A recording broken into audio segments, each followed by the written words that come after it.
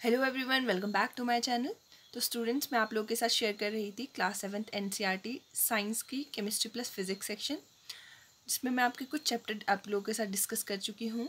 आज मैं आप लोगों के लिए नेक्स्ट चैप्टर लाई हूँ। तो चलिए स्टार्ट करते हैं। जो आपका फर्स्ट चैप्टर है वो रहेगा physical and chemical changes.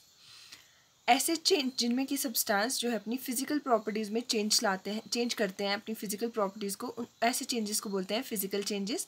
Physical changes जैसे shape, size and colour. Physical changes जो होते हैं वो रिवर्सिबल होते हैं, यानी कि उनको रिवर्स किया जा सकता है, उसमें कोई नया सब्सटेंस नहीं बनता है। फॉर एग्जांपल, आप पानी से बर्फ़ बना सकते हो और बर्फ़ से फिर पानी बना सकते हो, तो आपका फिजिकल चेंज का एक एग्जांपल हुआ। देन जो आयरन है, आप लोगों ने देखा होगा कि जब वो पानी और ऑक्सीजन के साथ एनवायरनमेंट में रिएक्ट करता है तो एक आयरन के ऊपर एक लेयर सी बन जाती है, उसको आप बोलते हो रस्टिंग ऑफ आयरन। एंड जो रस्ट का फॉर्मूला होता है वो होता है Fe2O3। देन जो मैग्नीशियम है वो ऑक्सीजन के साथ रिएक्ट करता है एंड मैग्नीशियम ऑक्साइड बनाता है, जो कि बेसिक नेचर का होता है। देन जो मैग्नीशियम ऑक्साइड है वो वाटर के साथ रिएक्ट करके मैग्नीशियम हाइड्रोक्साइड बनाता है। द नेक्स्ट एग्जाम्पल है, ये आपके केमिकल चेंजेस के एग्जाम्पल्स हैं, जिसमें कि आपका न्यू सब्सटेंसेस बनते हैं। ऐसे चेंजेस जिसमें न्यू सब्सटेंसेस बनते हैं वो होते हैं आपके केमिकल चेंजेस। जैसे copper sulphate plus iron, then iron sulphate plus copper, यानी ये एक डिस्प्लेसमेंट रिएक्शन है जिसमें कि आयरन जो है वो कॉपर को डिस्प्लेस कर रही है। और जो कॉपर सल्फेट है आप उसको ब्लू विट्रॉल भी बोलते हैं, यानी कि नीला थोथा। देन आपका कार्बन डाइऑक्साइड जब लाइम वाटर यानी कि कैल्शियम हाइड्रोक्साइड के साथ रिएक्ट करता है, जो कि बेसिक बेस है, देन वो बनाता है कैल्शियम कार्बोनेट CaCO3, जो कि मिल्की कलर का होता है, प्लस वाटर। और ये सारे आपके चेंजेस हुए केमिकल चेंजेस, जिसमें कि आपके न्यू सब्सटेंसेस बन रहे हैं। केमिकल चेंजेस जैसे हीट, लाइट, रेडिएशन। जब process of deposition of zinc layer on iron call galvanisation, iron को मतलब रस्ट होने से बचाने के लिए जिंक की लेयर लगाई जाती है, उस प्रोसेस को बोलते हैं गैल्वेनाइजेशन। देन है स्टेनलेस स्टील, जो कि आपका एक अलॉय है ये कार्बन, क्रोमियम, निकल एंड मैग्नीशियम का।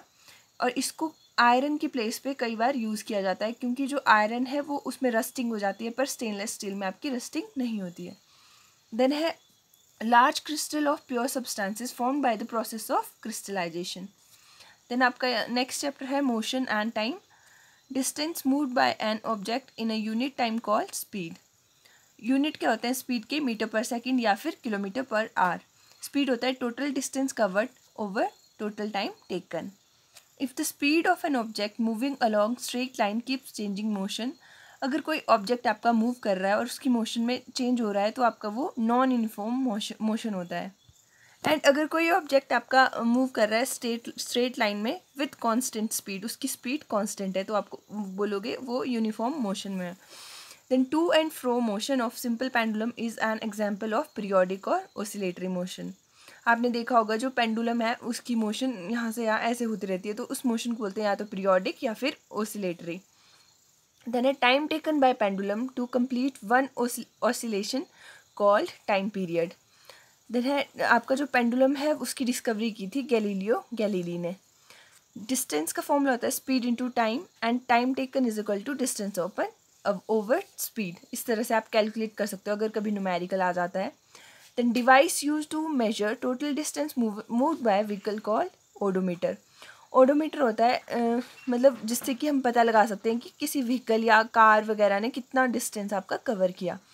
Then device use to measure speed of vehicle, अगर किसी व्हीकल की आपको अपनी कार की स्पीड मेजर करनी है तो उसको बोलते हैं speedometer. Then distance time graph आपके हैं जो यूनिफॉर्म मोशन का है, यानी कि स्ट्रेट लाइन वाला है, जिसमें कि आपकी स्पीड कांस्टेंट होती है। देन डिस्टेंस टाइम ग्राफ जिसमें कि आपकी स्पीड कांस्टेंट नहीं होती है, तो ये कुछ इस तरह से बनता है।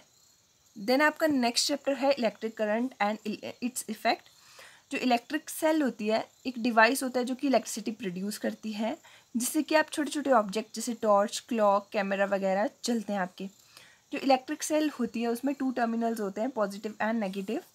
देन कॉम्बिनेशन ऑफ 2 और मोर सेल्स, अगर एक और दो से ज़्यादा सेल्स आपस में जुड़ी हो तो उसको बोलते हैं बैटरी। जब आपका सर्किट पूरा कंप्लीट होता है तब जो आपका बल्ब है वो ग्लो करता है, अगर सर्किट कंप्लीट नहीं होगा तो आपका बल्ब ग्लो नहीं करेगा।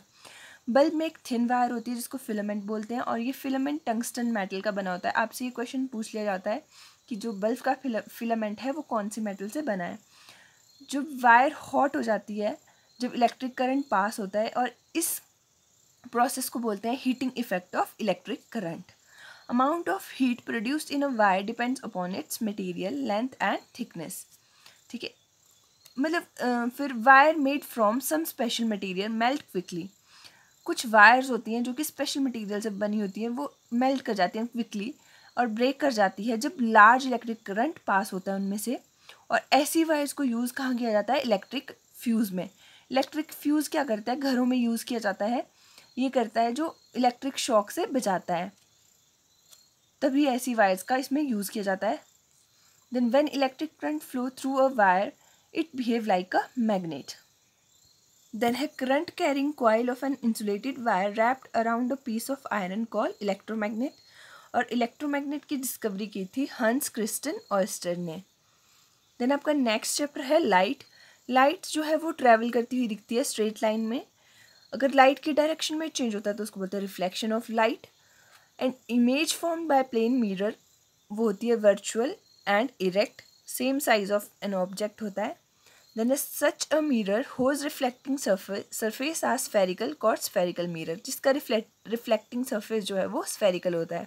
ऐसे mirrors आपके पास concave हो सकते हैं या convex हो सकते हैं। concave mirror क्या होते हैं? जो कि curved होते हैं inward इस तरह से, और इनकी इमेज जो बनती है वो बनती है real, virtual, inverted and erect. Convex mirrors होते हैं जो कर्व्ड होते हैं आउटवर्ड इस तरह से कुछ, और इनकी इमेज जो बनती है वो होती है virtual, erect, smaller in size and upright.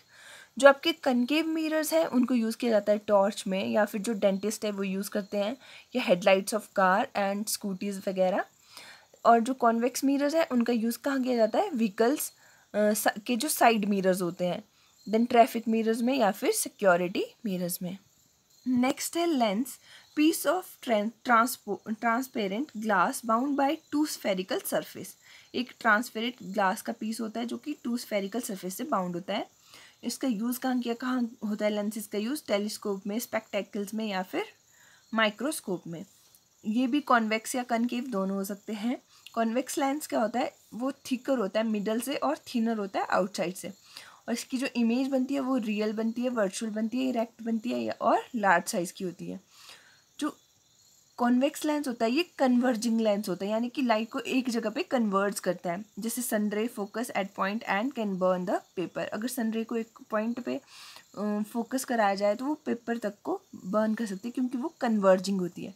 इस तरह से कॉन्वेक्स लेंस जो है वो कन्वर्जिंग लेंस होता है। इसका यूज़ किया कर सकते हैं माइक्रोस्कोप वगैरह में। देन है कॉन्वेक्स लेंस। जो कॉन्वेक्स होता है वो होता है थिनर होता है मिडल से, एंड थिकर होता है आउटसाइड से, यानी इसका उल्टा होता है कॉन्वेक्स का। और इसकी इमेज होती है इरेक्ट, वर्चुअल, स्मॉल साइज़ की। और ये डाइवर्जिंग लेंस होता है, डाइवर्ज कर देता है लाइट को, और इसका यूज़ होता है टॉर्च, आई ग्लासेस वगैरह में।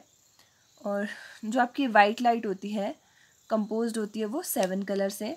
जब वाइट लाइट को किसी प्रिज्म से पास कराया जाता है इस तरह से, तो वो 7 कलर्स में डिस्ट्रीब्यूट हो जाती है। जैसे विबग्योर बनता है आपका red, orange, yellow, green, blue, indigo and violet, इस तरह से। देन जो वर्चुअल इमेज होती है वो स्क्रीन पे नहीं बनती है, और जो रियल इमेज है वो स्क्रीन पे बनती है, एंड जो इरेक्ट इमेज है वो अपराइट होती है। तो यहाँ पे आपकी 7th क्लास जो आपकी वो ख़त्म हो जाती है। नेक्स्ट मैं आप लोग के लिए लेकर आऊँगी 8th क्लास के इसी तरह से वन लाइनर। तो अगर आपको मेरी वीडियोस अच्छी लग रही हो, एंड अगर आप मेरी नेक्स्ट वीडियोस भी देखना चाहते हो, तो प्लीज़ मेरे चैनल को सब्सक्राइब करें, मेरी वीडियो को लाइक एंड शेयर करें। Thank you.